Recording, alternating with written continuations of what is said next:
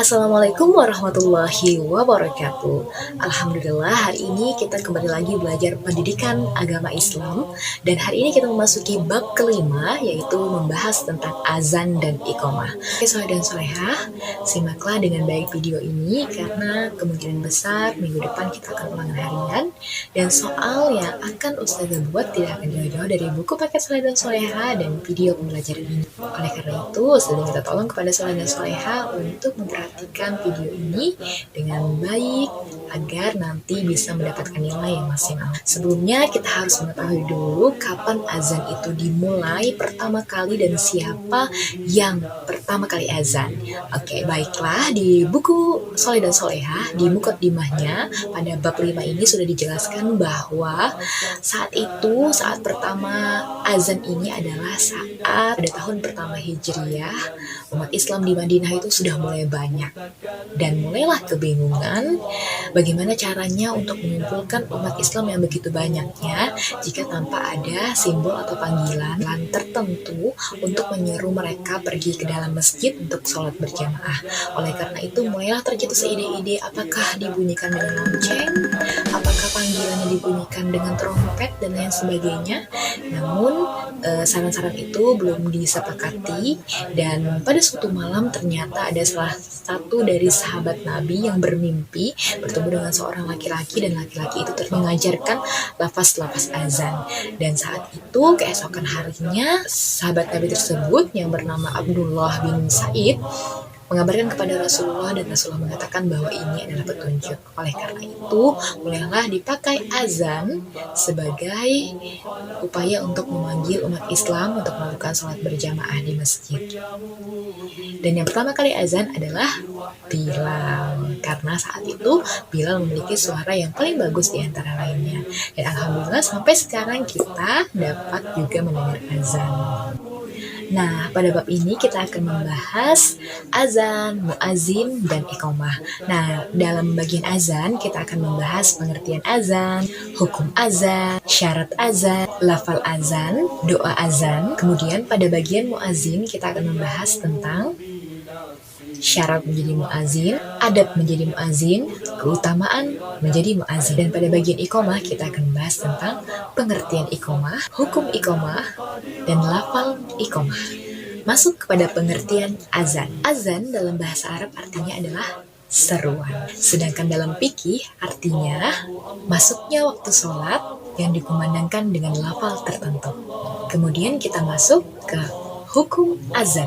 Hukum azan adalah fardu kifayah yang jika dilaksanakan oleh satu orang, maka yang lain sudah tidak memiliki kewajiban lagi. Namun, jika tidak ada sama sekali yang melaksanakannya, maka semuanya akan berdosa. Hukum ini diperuntukkan oleh mereka yang melaksanakan sholat berjamaah. Namun, jika sholat sendirian, maka hukum ini menjadi sunnah. Kemudian kita masuk ke syarat-syarat azan. Syarat azan ada 6. Yang pertama adalah telah masuk waktu sholat. Yang kedua adalah melafalkan azan sesuai dengan urutan-urutannya. Yang ketiga adalah azan dikumandangkan sampai habis, tidak boleh dipotong-potong. Yang keempat adalah lafaz azan dikumandangkan dengan bahasa Arab. Yang kelima adalah lafaz azan dikumandangkan dengan tajwid yang benar sehingga tidak berubah makna. Kemudian yang terakhir, yang keenam adalah jumlah lafaz azan yang diulang harus sesuai dengan hadis Rasulullah, tidak boleh dilebihkan dan tidak boleh dikurangkan. Nah, sekarang kita dengarkan yuk azan dan cara menjawabnya. Allahu Akbar, Allahu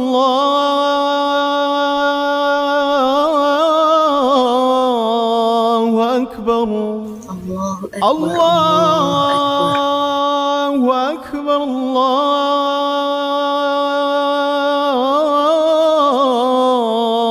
Akbar, Allahu Akbar, Asyhadu an la ilaha illallah, Asyhadu an la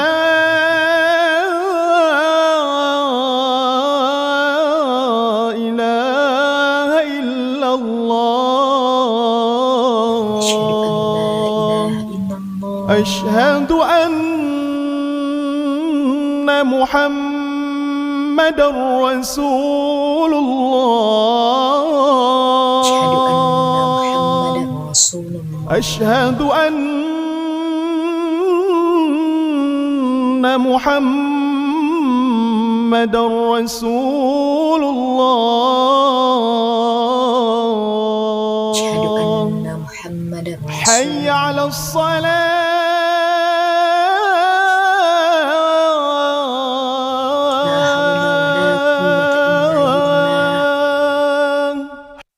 حي على الصلاة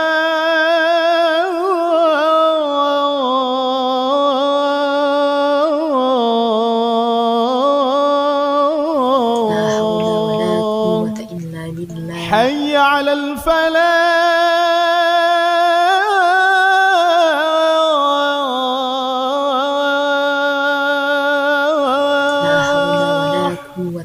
حي على الفلاح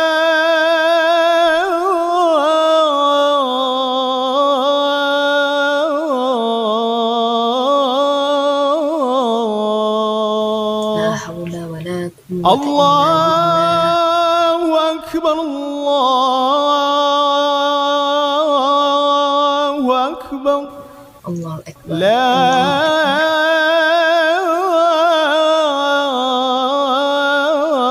إله إلا الله بسم الله الرحمن الرحيم اللهم رب هذه الدعوة التامة والصلاة القائمة آت سيدنا محمدا الوسيلة والفضيلة والشرف والدرجة العالية الرفيعة وابعثه المقام المحمود الذي وعدته إنك لا تخلف الميعاد.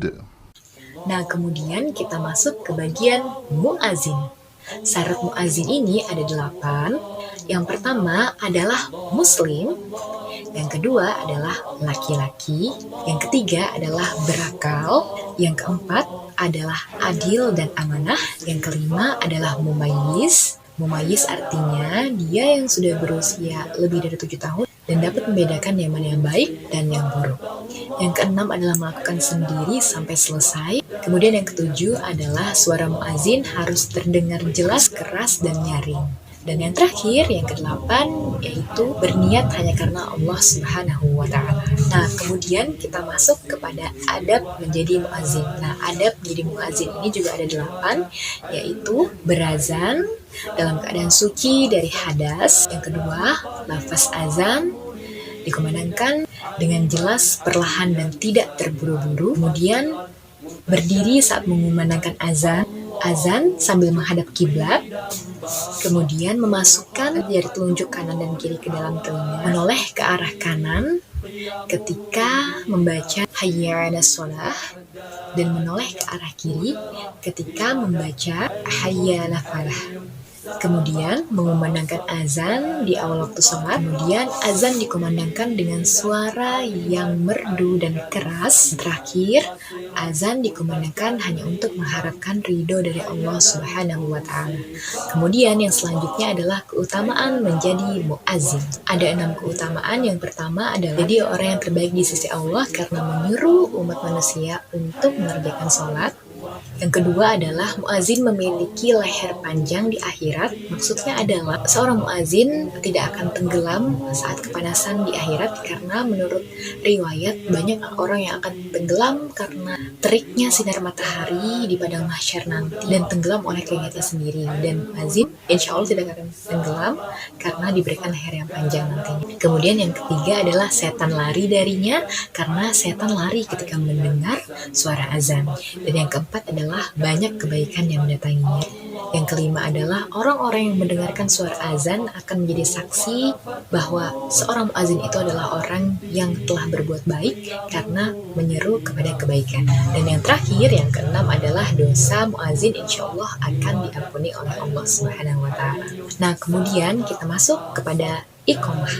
Yang pertama adalah pengertian dari iqamah. Iqamah dalam bahasa Arab artinya adalah mendirikan. Maksudnya adalah pemberitahuan bahwa sholat sudah siap untuk dilaksanakan. Kemudian hukum iqamah adalah tidak banyak berbeda dengan azan, yaitu sama-sama fardu kifayah, dan iqamah dilakukan juga oleh laki-laki dan sangat dianjurkan bahwa yang mengumandangkan iqamah adalah mereka yang menjadi muazin. Nah, mari kita dengarkan sama-sama lafal iqamah. Allahu Akbar, Allahu Akbar. Ashhadu an la ilaha illallah. Ashhadu anna Muhammadar Rasulullah. Hayya 'alas salati, hayya 'alal falah. Qad qamatis salatu, qad qamatis salah.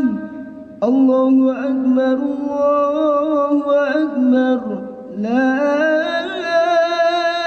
ilaha illallah. Oke, soleh dan soleha, sudah selesai pembahasan azan dan iqamah hari ini. Soleh dan soleha perlu ingat, memang azan dan iqamah ini dikumandangkan oleh manusia, tapi sebenarnya Allah lah yang memanggil kita untuk sholat.